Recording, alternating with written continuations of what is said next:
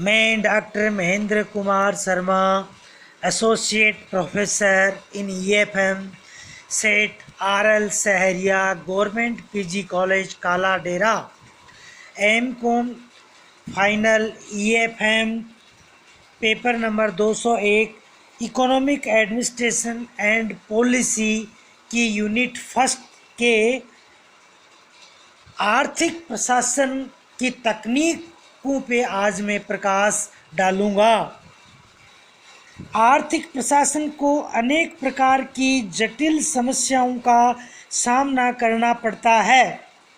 इन समस्याओं के समाधान के लिए सदा ही एक प्रकार की तकनीक या कार्य प्रणाली नहीं अपनाई जा सकती, क्योंकि अलग अलग क्षेत्रों की समस्याएं भी भिन्न प्रकार की होती हैं। एक इस्पात बनाने का कारखाना स्थापित करने में और एक बैंक स्थापित करने में बहुत अंतर है। इन दोनों प्रकार के व्यवसायों की आवश्यकताएं तथा समस्याएं भिन्न हैं, अतः इनके समाधान के लिए अलग तकनीक काम में लेनी होती है। किंतु कुछ आधारभूत बातें ऐसी हैं जो सब प्रकार के व्यवसायों में समान रूप से लागू होती हैं। आर्थिक प्रशासन की मुख्य तकनीकें इस प्रकार हैं: नियोजन, संगठन, कर्मचारियों की व्यवस्था, निर्देशन, समन्वय, रिपोर्ट देना, बजट बनाना आदि आदि। भारतीय संविधान में के आर्थिक पक्ष भी हैं। भारतीय संविधान में आर्थिक पक्षों पर भी वर्णन किया गया है, जो इस प्रकार है। 15 अगस्त 1947 को जब भारत स्वतंत्र हुआ तो ये विचार किया गया कि देश की शासन व्यवस्था को ठीक ढंग से चलाने के लिए एक संविधान की रचना की जानी चाहिए।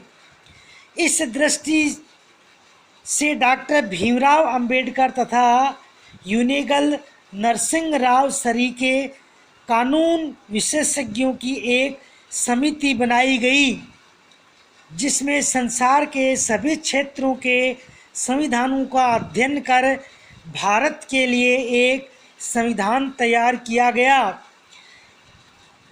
इस संविधान पर भारत की संविधान निर्मात्री सभा द्वारा विस्तृत विचार किया गया और भारत के लिए एक संविधान तैयार हो गया।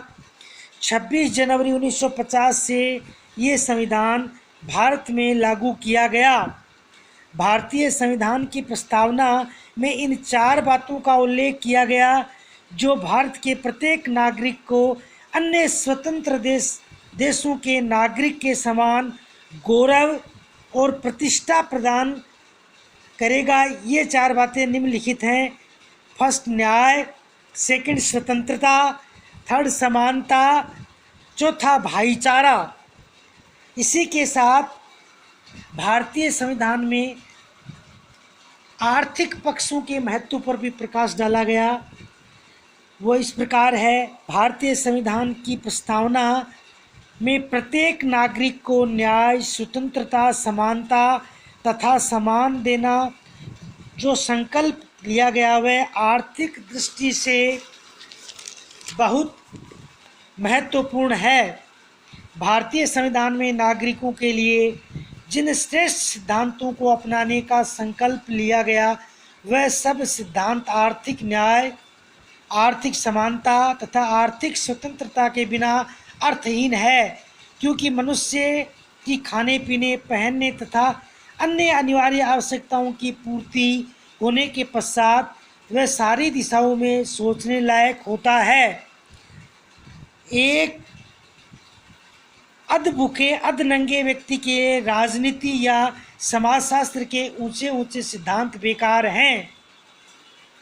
आर्थिक पक्ष के साथ ही कुछ हमारे मौलिक अधिकार भी हैं जिन पर भी प्रकाश डाला गया है।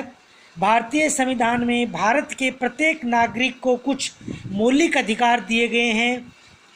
इन अधिकारों का उद्देश्य नागरिकों के लिए आर्थिक न्याय, समानता, स्वतंत्रता की व्यवस्था करना है तथा प्रत्येक नागरिक की स्वतंत्रता की रक्षा करना है, उसे न्याय दिलाना तथा उसके सामाजिक, आर्थिक, राजनीतिक हितों की सुरक्षा की गारंटी करना है।